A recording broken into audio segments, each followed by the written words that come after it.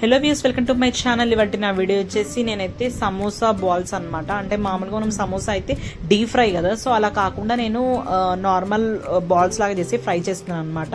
అయితే నేనైతే గోధుమ పిండి, కొద్దిగా రవ్వ, ఉప్పు, కొంచెం నూనె వేసి తడుపుకొని పక్కన పెట్టేసుకున్నాను అనమాట. ఆ తర్వాత ఒక ప్యాన్ తీసుకొని కొద్దిగా ఆయిల్ వేసుకొని అందులో జీలకర్ర వేసేసుకున్న తర్వాత ఆనియన్స్ కూడా బాగా వేగిన తర్వాత ఉడకబెట్టిన ఆలు, ఉప్పు, కారం పొడి, ఇంకా నా దగ్గర నేను మెంతి కూర ఉంది, సో అందుకోసం నేను మెంతి కూర వేసేసుకున్నాను. ఇది హెల్దియర్ వర్జన్ అనమాట. ఒకవేళ మీరు డీప్ ఫ్రై అనుకుంటే ఇది డీప్ ఫ్రై కూడా చేసేసుకోవచ్చు. ఇంక ఈ పిండి మనం ఆల్రెడీ తడుపుకొని పెట్టుకున్నాం కదా, దానిలో కొద్దిగా వాము కూడా వేసుకొని తడుపుకోండి.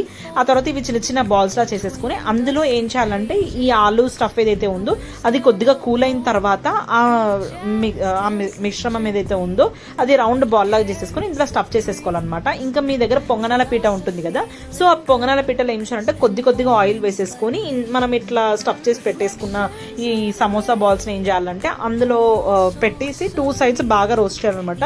ఇదైతే క్రిస్పీగా టేస్ట్ అయితే నాకు చాలా అంటే చాలా బాగా నచ్చింది.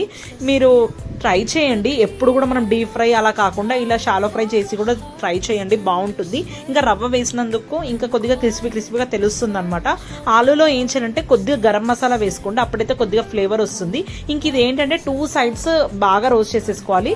కొద్దిగా ఆయిల్ వేసి ఇంకా నేను మొత్తం అనమాట, అంటే ఒకసారి ఫ్లిప్ చేస్తూ ఒకసారి స్లాంట్గా పెట్టి అట్లా మొత్తం నేను 360 degrees మొత్తం నేను ఫ్రై చేశాను. ఎందుకంటే అట్లా ఫ్రై చేస్తేనే టేస్ట్ ఉంటుంది. సో అందుకోసమని ఇది లెంతీ అయింది ఈ షార్ట్ వీడియో, కాకపోతే మీరు చూసేయండి. నేనైతే నా దగ్గర కెచప్ లేకునింది, పిజ్జా సాస్తో ట్రై చేశాను. And by, please subscribe to my channel.